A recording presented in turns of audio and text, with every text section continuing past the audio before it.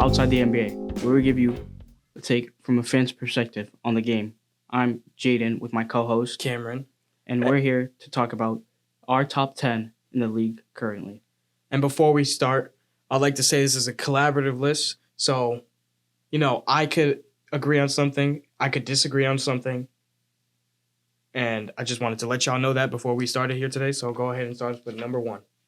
All right, number one, obviously, probably the most dominant player in the NBA right now, Giannis Antetokounmpo. It's hard to argue that he's number one, the reigning champ, one of the best MVPs we had recently, averaging just about 30 points, 11 and a half boards, and just about 6 assists this season.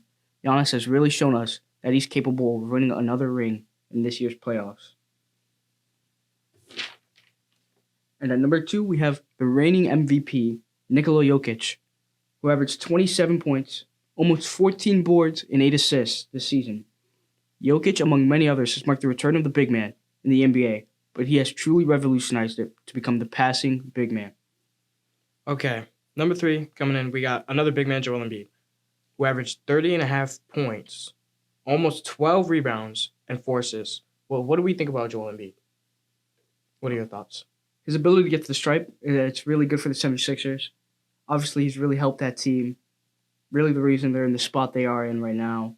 They get him the ball in the post. There's really almost no one who could stop him. As long as he has his role players on his team, then he'll be good to go. He'll be able to either score the basket in the post or get to the stripe, and it's a free two.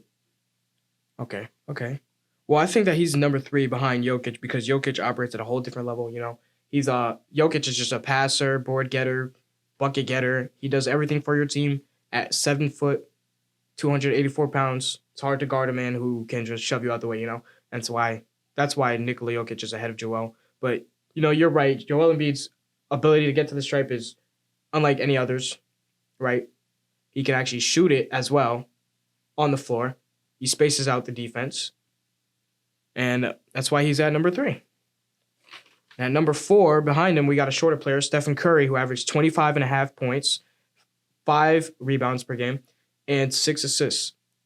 I think we can all say Curry is The best shooter ever touch the court. A couple years ago, it was maybe questionable, among other shooters in the league. But this year, right now, this season, I think we all know. It's kind of an unwritten rule. No one has to even talk about it. We all know he's the greatest shooter. Personally, I wouldn't have Stephen Curry at number 4. But as I said, this is a collaborative list. And sometimes you got to give up stuff to get stuff. Who would you put before him? Maybe. Well, based on the success for this season, I wouldn't say KD because Stephen Curry's team is doing a lot. Stephen Curry's helping a lot. So I wouldn't say KD based off of production this season.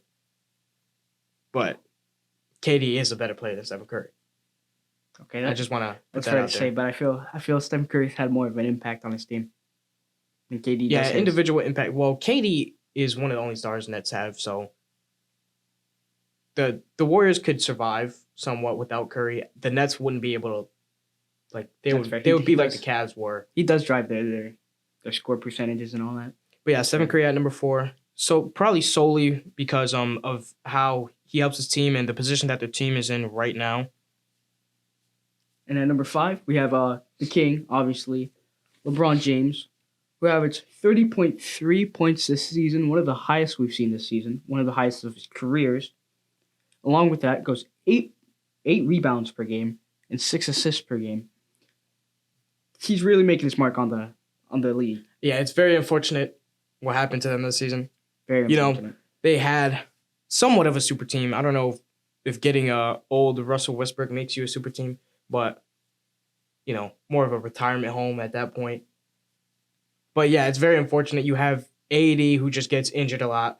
LeBron, who is absolutely, you can't blame LeBron really for the position that his team was in. Russell Westbrook, who had some good nights, had some bad nights, but it's just unfortunate how they ended up. Yeah, and I think they'll be able to rebuild nicely next season. Big turnaround for him and his team. Hopefully he just, stays off the official side and just plays his game. Speaking of playing the game, one of the best players to have ever played, number 6, Kevin Durant, who averaged 29.9 points per game, about 7 rebounds, and 6 assists. Earlier this season, I would say December, January, he was really scary. Obviously, the people projected the Nets would be the champs. Yeah, another team. Unfortunate result. Unfortunate postseason, unfortunate regular season. I don't think anyone expected them to be a play-in team or get swept in the first round. But KD is still one of the best players. Yep.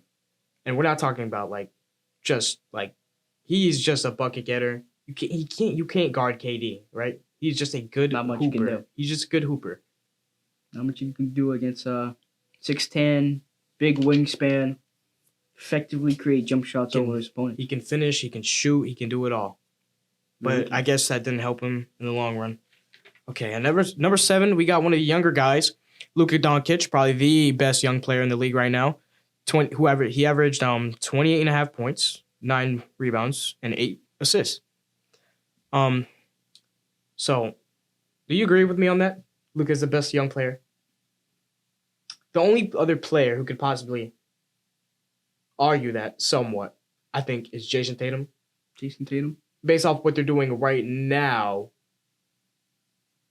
because I think the Celtics are obviously doing better right now in the postseason, Luka has really made an impact on his team. The Mavericks really wouldn't be able to function without him. They wouldn't. They made some questionable trades, picked up some questionable pieces to try and help Luka, but it's not really working. I think the way they have to do it is really just to build a team around Luka. Have the role players do what they're supposed to feed the ball to Luka, but they can't rely on him because Luka can drop a lot of points. 30, he dropped 40 sometime for a losing effort against the Suns. They need that someone who can be the 1-2 punch. Like they have Jason Tatum, Jaylen Brown, and Chris Paul and Devin Booker. Yeah, I would agree on that. Luka doesn't really have a duo partner. That most teams do have a duo partner. Like they have a star and then that person that helps the star. The Mavericks really don't. They just got Luka, but Luka is a superstar. So if they, just develop him correctly, which wouldn't be hard, he's already developed pretty nicely. He could turn into a real threat. In the postseason, he can win a couple rings, probably. Maybe end up in the GOAT debate. We'll see in the future. I don't know about that one, but definitely could anything can happen. Anything can happen. All right, anything can happen. But all right, at number 8, we got Jimmy Buckets Butler, who averaged 21.5 points per game, 5.5 assists per game, and rounded out 6 boards per game.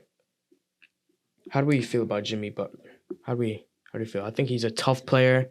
We're losing that in the game today, and he's keeping it alive with some other players, but he's one of the stars that play really rough, I think. Yeah, I have to agree with you.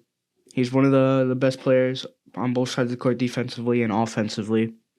His play isn't really eye-catching, but it gets the job done. It's efficient, just like Luka Doncic or Nikola Jokic. And it's really helped him shape his team and brought them up their first seed in the Eastern Conference. They're looking good, pretty good in the postseason. And Jimmy, regardless, was looking pretty good in the regular season. But now that just elevated the whole team. And I do got to say, on one point to criticize him, he's not a good three-point shooter. He hasn't been a good three-point shooter for about his entire career. I think there was only a couple seasons where he shot. There was a couple seasons where he shot below 30 from the three, which is kind of disappointing. But that's not his forte, really. That's not his style. And I can understand that. He still averages 21.5 points, not shooting well. I'm pretty sure this season he shot 23% from the three. And he still averaged 21. They still got first seed. They still got in the playoffs. There's none more you could ask for.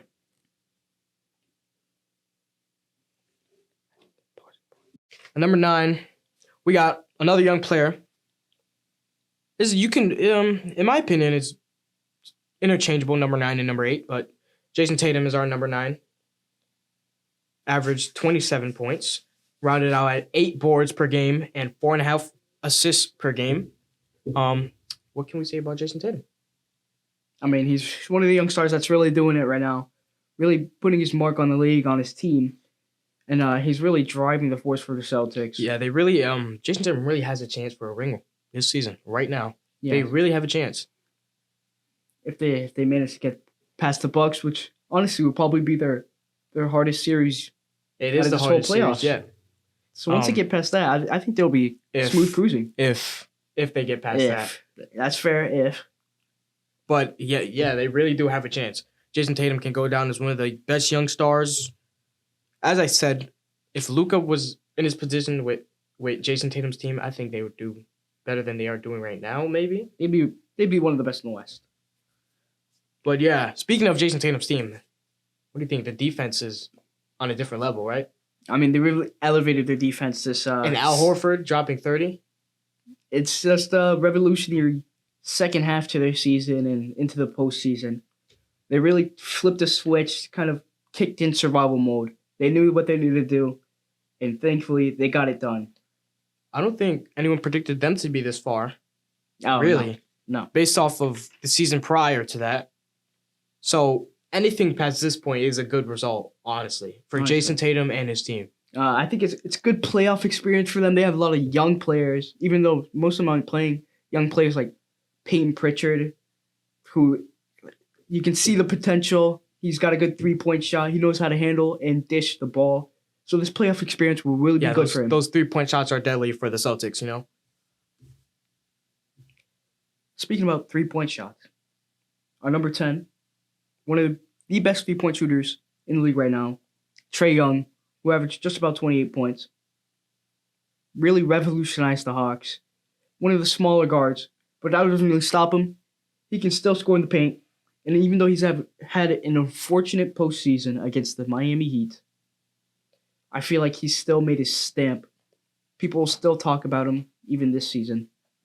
It's very unfortunate how the Hawks turned out, in my opinion. They really just, they had the potential to do something. They did it last season versus the Sixers and the New York Knicks. A very big upset last season. But this season, Miami came out strong. The Hawks didn't. I was pretty disappointed. I was ready to see the Hawks go to a different level this season, but it just didn't happen. And I'm sure it'll happen sometime soon. They have the whole postseason to rework the team. I think Onyeka Okongwu, good player, good replacement for Capella when they need him to be. And Trae Young is really like a Chris Paul type of player in the sense of he has good playmaking abilities. I believe he was top 5 in assists per game and assists in the season. Yeah, I'm pretty sure early in the season he was averaging a double-double, 10 assists, 20-something points. So I think we can look forward to that in future seasons, and we got a star on our hands. At number 10, we have Devin Booker on the Phoenix Suns. He averaged about 27 points with 5 assists and a total of 5 boards per game. The reason I feel that we decided to put Booker this low is because his team is full of stars, right? Yeah, they all really shine, especially. But he is still a star, I would say, one of the best young players. Made it farther than some other players that we hope to see. But disappointingly, didn't make it past the Mavericks. Which, in my opinion, in the most recent game, that was kind of a terrible performance from Paul and Booker. They were getting blown out. They had the big three on the Suns, and they just couldn't make it work. I don't know. Luka was just on it. But yeah, he is a bucket getter. I think one of the closest players we have to Kobe. What do you think about that? Obviously he's a really good shooter. He gets it done from beyond the arc, I think he's just a good scorer. In the field. He's a pretty good scorer. But it didn't really help him in the postseason. But during the regular season, he was pretty good. Pretty eye-catching. He's probably the best player on his team during the regular season, especially with Chris Paul helping him out. He could have really focused, on that primary scoring position for his team. And I think that really elevated the rest of the team, especially with like DeAndre Ayton's, outbreak this season. He did good. Pay that man. Pay that man. Yeah, they got to pay that man. He's getting And better I and just better want by to the say minute. most of these players are definitely interchangeable. Yep. I would say we can remove some players, probably add some players, maybe if people feel like it. But I feel like this is a good list, solid list. Maybe in my opinion, I'll probably move some players up, move some players down. But I feel like we got everyone who deserves to be somewhere in the top 10 is on this list. I feel Yeah. like. And obviously, it could be hard getting down to 10 because there's some players that are on the brink of getting into the top 10. Yep. So it's just really who you ask. But, rounded out with Devin Booker at number 10. Good team, good player. And that's all the time we have on Outside the NBA. I'm your host with Cameron. And we'll see you next time.